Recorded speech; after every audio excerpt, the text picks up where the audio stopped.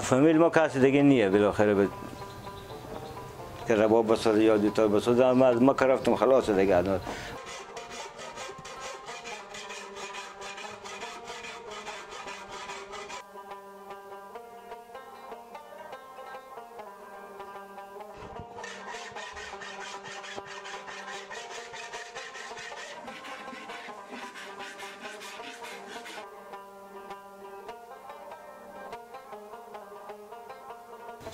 اسم من محمد داوود فرزند خلیفه پاینده که مدت 35 سال ما کار میکنم و پیش پدر خود یاد گرفتم.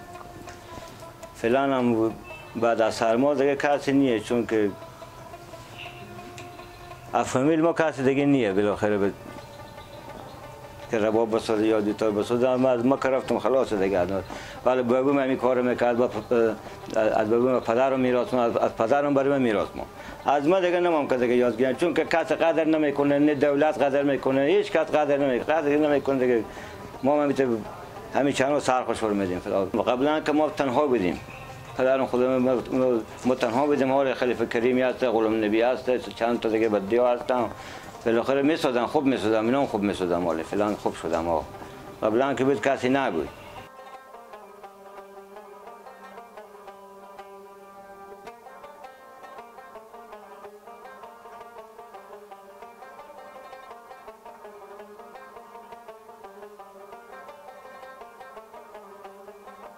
این از چوب توس ساخته میشه و فهمیدیم از چوب توس ساخته میشه. اگه ساده خواسته باشیم ساده بسازیم، گفتم یک هفته ساخته میشه. اگه صدفکاری خواسته باشیم به 15 روز 20 روز تا به یک ماه طول میکشه. فهمیدیم ساخته میشه.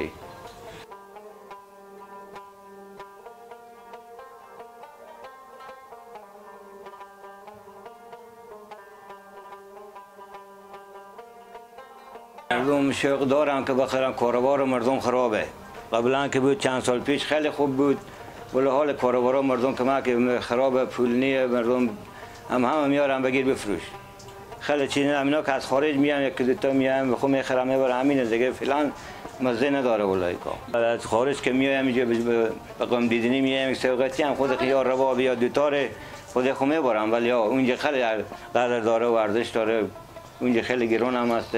خواهد خوب از اینجا میبرم.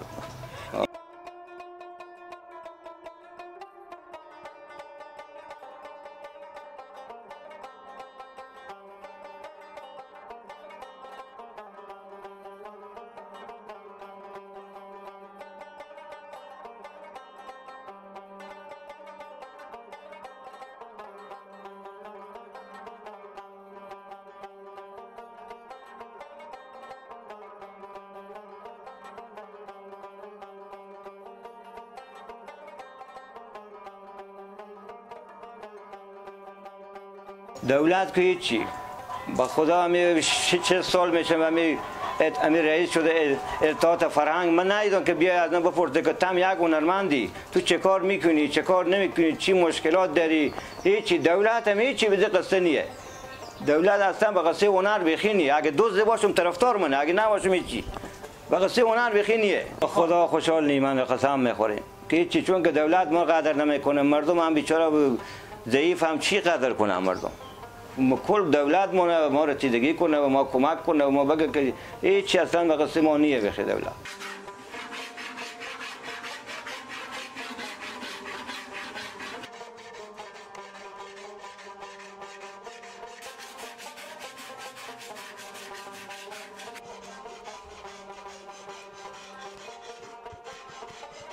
این وضعیت به من خراب میبینیم. چی هم مردم رد موسیقی را میلا میکنه و دولت هم باید واقعا به قصد ما باشه که ما که رسیدگی کنه. ما از خیلی چیزی هم نماییم، مثلا بیاد ما سر بزنه، به ما جای بده، به ما بگه چی مشکل داره. همین ما دل ما تسلی میشه.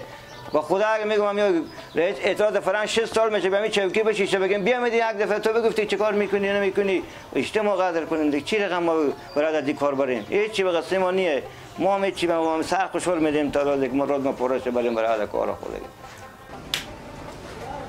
فرات آماده شد. همه فرات با پست دادیم، مراجع بعدی پست دادیم ان شاء الله بندازیم. خلاق ایجاد کنیم پست فلان.